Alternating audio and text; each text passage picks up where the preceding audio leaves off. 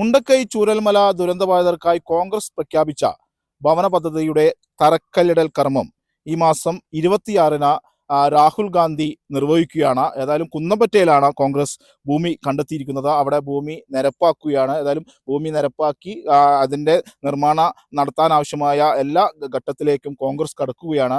ഏതായാലും കൽപ്പറ്റ ബ്ലോക്ക് പഞ്ചായത്ത് വികസന standing committee ചെയർമാനും അതോടൊപ്പം യൂത്ത് കോൺഗ്രസിൻ്റെ സംസ്ഥാന സെക്രട്ടറിയുമായ അരുൺ ദേവ് നമ്മോടൊപ്പം ചേരുകയാണ്.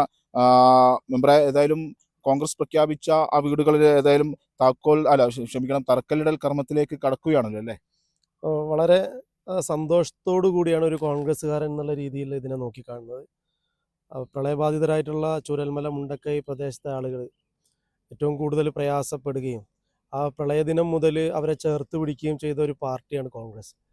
അവരുടെ പ്രയാസം മനസ്സിലാക്കിയാണ് കോൺഗ്രസ് പാർട്ടി ഒരു പാർട്ടി എന്നുള്ള രീതിയിൽ 100 വീട് പ്രഖ്യാപിച്ചത്. കോൺഗ്രസും മുസ്ലിം ലീഗും മാത്രമാണ് ഒരു രാഷ്ട്രീയ പാർട്ടികളായിട്ട് വീട് പ്രഖ്യാപിച്ചിട്ടുള്ളത്. അതുകൊണ്ട് തന്നെ ഒരു രാഷ്ട്രീയ പ്രവർത്തനം അല്ലെങ്കിൽ ഒരു യൂത്ത് കോൺഗ്രസ് പ്രവർത്തനം എന്നുള്ള രീതിയിൽ വലിയ അഭിമാനത്തിലാണ് ഞങ്ങളെല്ലാവരും.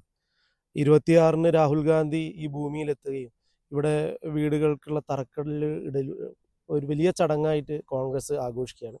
അതിൻ്റെ പ്രാരംഭഘട്ടത്തിൽ കോൺഗ്രസ് ഏറ്റെടുത്തിട്ടുള്ള ഈ 5.5 ഏക്കർ സ്ഥലത്താണ് നമ്മളിപ്പോൾ അതിനുള്ള വേണ്ടിയിട്ട് ഇവിടെ സ്റ്റേജ് വരുന്നുണ്ട്.